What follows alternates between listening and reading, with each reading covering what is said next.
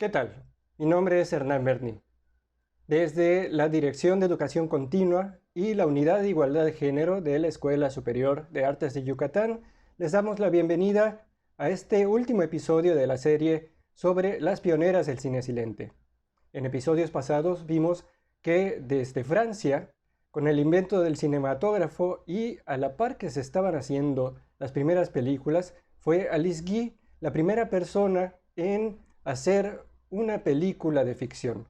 También vimos que en Estados Unidos hubo una industria que permitía que muchas mujeres se dedicaran a la cinematografía, entre ellas Lois Weber, que sobresale por su cine con conciencia social. Y hablábamos de cómo el cine era un área de oportunidad para las mujeres en los primeros años en los que se formaba una industria cinematográfica. Y es que se dice que entre finales del siglo XIX y hasta el comienzo de la década de 1930 habían proporcionalmente más mujeres trabajando en el cine que en la actualidad. Y aunque estas estadísticas surgen de estudios hechos por lo general en los Estados Unidos y se centran en Hollywood y su industria, también corresponden a muchos otros países. Mucho tiene que ver la cantidad de producción que se hacía en cada país y la situación social y política de cada uno de estos. En la mayoría de los casos, la información disponible proviene de registros en publicaciones de la época, ya que un alto porcentaje de las películas de estos años ya no existen.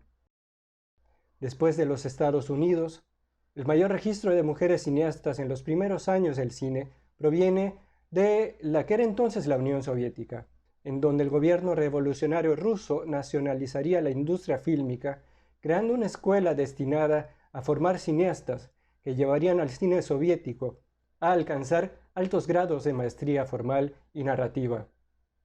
La primera mujer directora de la industria cinematográfica soviética fue Olga Preobrazhenskaya, que comienza su carrera como actriz de teatro y en 1916 codirige su primera película, una adaptación de El hijo del escudero, de Alexander Pushkin.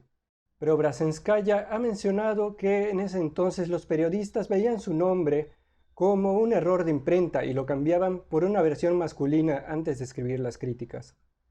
Su película más conocida, que es considerada una de las más grandes películas del primer cine soviético, fue Las mujeres de Riazán, de 1927, que era la historia de una joven del medio rural que tiene que soportar el abuso de su padrastro, irrumpiendo en la vida cotidiana de su pueblo.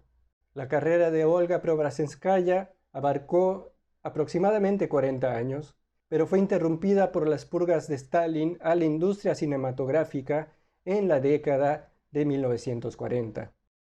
Conocidas como las abuelas de la animación rusa por su trabajo en el género de los cuentos de hadas, las hermanas Valentina y Zinaida Brumberg trabajaron juntas toda su carrera en la industria de la animación soviética. Las hermanas Brumberg son notables en la animación rusa porque formaron parte de la primera generación de animadores del país durante los años de la Revolución, un entorno único que permitió a las mujeres abrirse camino hasta la cima de la industria. Las hermanas Brumberg también estuvieron a la vanguardia de muchas innovaciones técnicas y estéticas, como la proyección de segmentos animados en los escenarios teatrales, el uso de recortes de papel, la integración de estilos folclóricos para la estilización de cuentos indígenas y la introducción del sonido en la animación soviética. En una de sus primeras películas, China en llamas, de 1925, las hermanas Brumberg integraron el paisaje y la topografía china con recortes de papel y un estilo constructivista de vanguardia. 1927 fue un año muy productivo para las hermanas Brumberg. De la veintena de películas de animación producidas en la Unión Soviética ese año, ellas hicieron 3, de las cuales sobrevive El niño esquimal. En ella se narra la historia de un joven esquimal llamado Chu, que caza heroicamente un oso, lo despelleja y cuelga el cuero en su casa. Mientras tanto, el chamán de la aldea reclama al oso y pone a Chu a trabajar en un dispositivo mecánico para animar una estatua. Aún amargado por la pérdida de su piel de oso, Chu se desquita de la explotación del chamán del pueblo, exponiendo la maquinaria que utiliza para evocar la ilusión de movimiento real en una estatua. El acto de rebelión de Chu retomó el tan denigrado concepto de animismo, que en los años 20 se convirtió en una palabra utilizada en el ataque al primitivismo del folclore por su inculcación a los niños de la idea y la experiencia del encantamiento. Al mismo tiempo, la escena hace una clara distinción entre el falso animismo que predican los sacerdotes retrógradas y el transparente enfoque científico que la animación aporta al tema del folclore. Las hermanas Brumberg participaron activamente en la introducción del sonido al cine soviético, haciendo un sistema en donde se reconceptualizaba a los empleados que trabajaban en una película como un grupo cohesivo. Aunque algunos animadores se resistieron al uso del sonido en esos años, considerándolo como una perturbación a su autonomía creativa, Valentina Brumberg celebró el fin del cine mudo, aunque solo fuera porque la adopción del sonido requería más miembros en el equipo y la formación de grupos estables. Aunque ellas habían sido a la vez guionistas, artistas y directoras, consideraban que la innovación constante se produjo solamente a través del trabajo en grupo. El cine soviético fue de gran influencia en China, aunque la forma de trabajar de ambos países no podía ser más diferente. La industria cinematográfica china comenzó a agarrar fuerza hasta la década de 1930 y se tienen pocos registros de mujeres trabajando en ella, con nombres como Ellen Wang, Xie Kai-sen y Pu Shunqing, que fueran más reconocidas como actrices y guionistas que como directoras. En Japón, la primera mujer directora fue Tatsuko Sakane, que para 1936 había ocupado diversos puestos en prácticamente todas las etapas de la producción cinematográfica, desde directora y editora hasta supervisora de guiones y ayudante de dirección. Fue la única mujer directora en Japón hasta 1953, cuando la actriz convertida en directora, Tanaka Kinuyo, hizo su primera película. En la India, una práctica común era que los hombres interpretaran a mujeres en obras de teatro y películas, por lo que fue difícil que las mujeres ingresaran a la naciente industria cinematográfica. De ellas sobresale Fatma Begum, que en 1926 fundó Fatma Films, donde escribía, dirigía, producía y actuaba en sus propias películas. Y aunque no existen copias de su cine, publicaciones de la época destacan su pericia en los efectos especiales para el cine fantástico. Hasta hace relativamente poco, las mujeres estuvieron prácticamente ausentes en la historiografía del cine silente en América Latina. Informar y reevaluar las carreras de estas mujeres ha sido una tarea muy complicada debido principalmente a la escasez de material escrito y de películas existentes.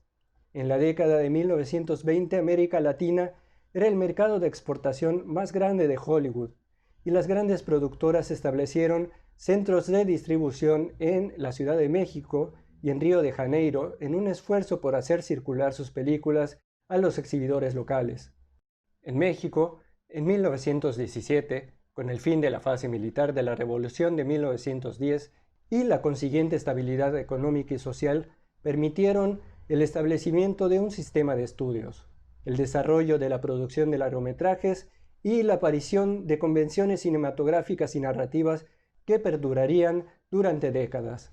Fue este período de producción de cine el que proporcionó a las mujeres mexicanas la oportunidad de ayudar a hacer una industria cinematográfica nacional.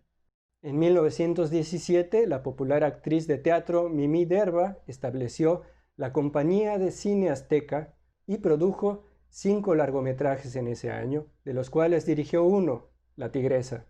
En México también estuvieron las hermanas Adriana y Dolores Ehlers, de origen veracruzano, que también contribuyeron a la remodelación del cine silente mexicano con sus documentales que desafiaban las imágenes convencionales de México y contrarrestaron las representaciones postrevolucionarias del país como una nación social y económicamente atrasada. Los noticieros de las hermanas Ehlers presentaban imágenes de una sociedad urbana vibrante y cosmopolita. Sin embargo, toda su obra desapareció en el incendio de los archivos de la Cineteca Nacional en 1982.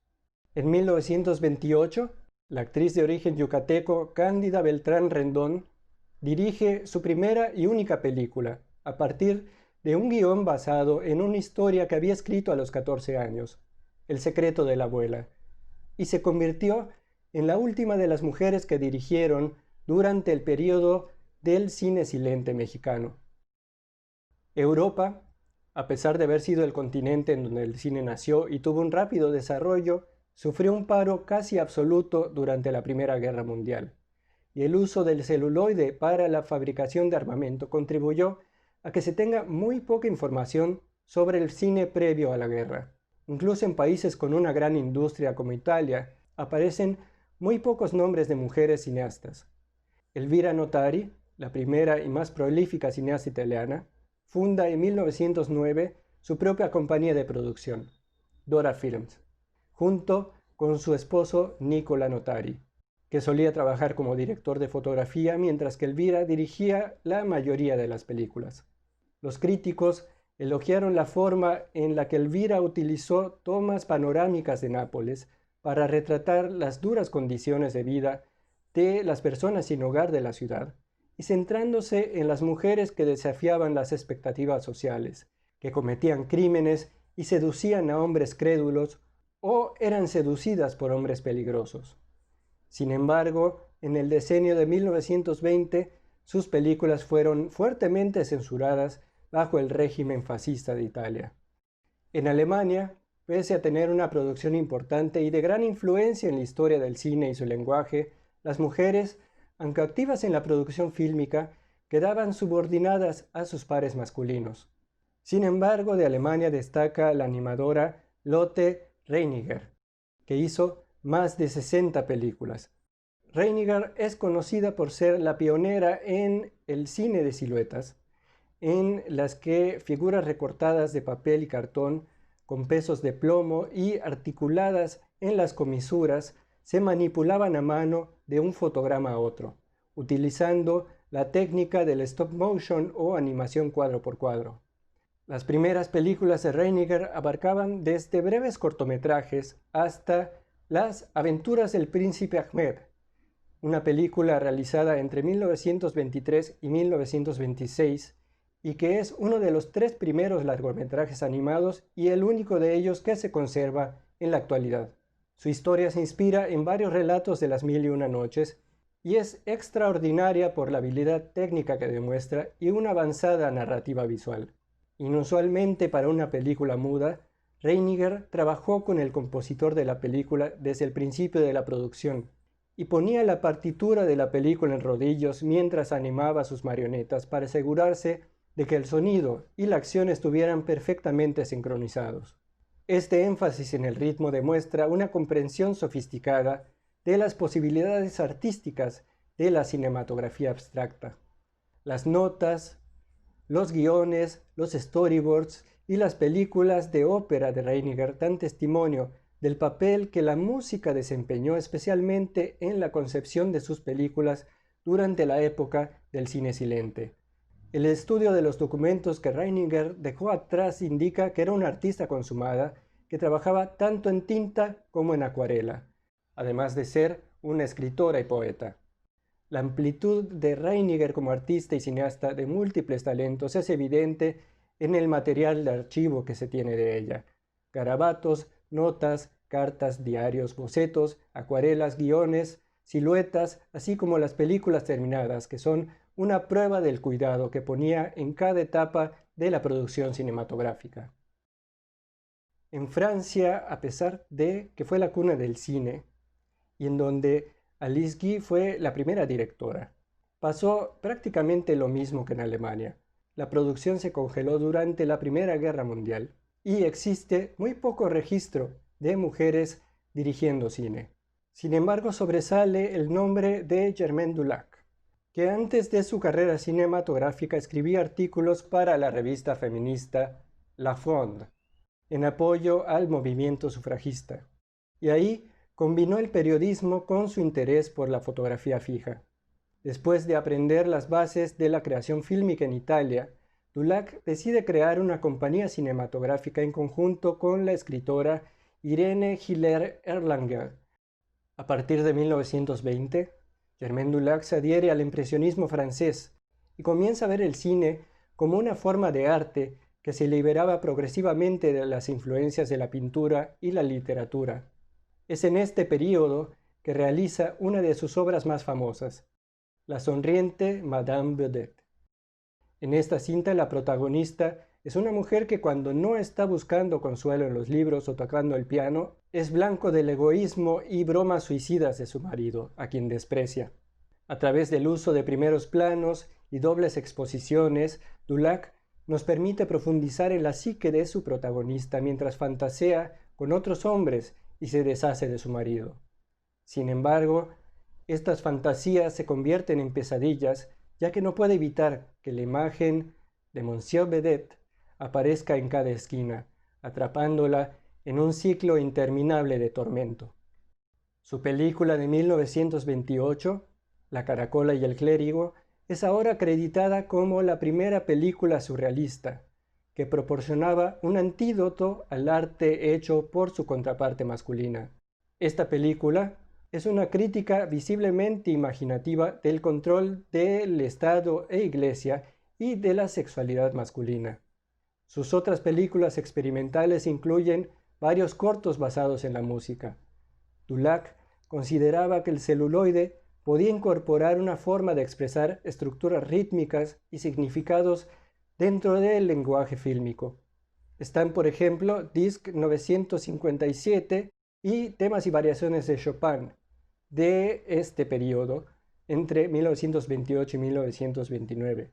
Sin embargo, su carrera como realizadora se vio afectada por la aparición del cine sonoro, y su última película como directora fue el cortometraje No me queda nada, de 1934. A través de esta serie hemos visto cómo las mujeres fueron la fuerza creativa durante la creación del cine y su lenguaje en todas las áreas de producción, y cómo su trabajo fue borrado sistemáticamente de la historia del cine. Actualmente, se siguen haciendo estudios minuciosos para recuperar las historias de las cineastas que hemos mencionado en este y los episodios anteriores, y existe al día de hoy una lista de aproximadamente 650 nombres de mujeres de las cuales se busca información, ya que solamente se sabe que fueron partícipes en la producción cinematográfica a nivel mundial. Para terminar con esta serie es relevante observar las cifras obtenidas por el informe Celluloid Ceiling, realizado por el Centro para el Estudio de la Mujer en la Televisión y el Cine de la Universidad Estatal de San Diego, que año con año hace estudios sobre la cantidad de mujeres que trabajan en la industria cinematográfica. Los últimos datos publicados en el 2019 son reveladores. De las personas que se dedican a la producción de cine, hasta el 2018, las mujeres representan el 8% en la dirección, el 16% en el guionismo, el 4% en la fotografía, el 26% en la producción, el 21% en la producción ejecutiva y el 21% de la edición. Es por eso que consideramos de vital importancia ser visibles a las cineastas que siguen creando nuevos lenguajes y propuestas, en una era en la que la forma de narrar y producir material audiovisual está teniendo cambios estructurales tan radicales como los que sucedieron en los primeros años de la creación cinematográfica 125 años atrás. Y así terminamos con esta serie sobre las pioneras del cine silente. Desde la Dirección de Educación Continua y la Unidad de Igualdad de Género de la Escuela Superior de Artes de Yucatán, les agradecemos habernos acompañado durante estas 4 emisiones y esperamos que hayan sido de su agrado. Muchísimas gracias. Juntos transformemos Yucatán, Gobierno del Estado.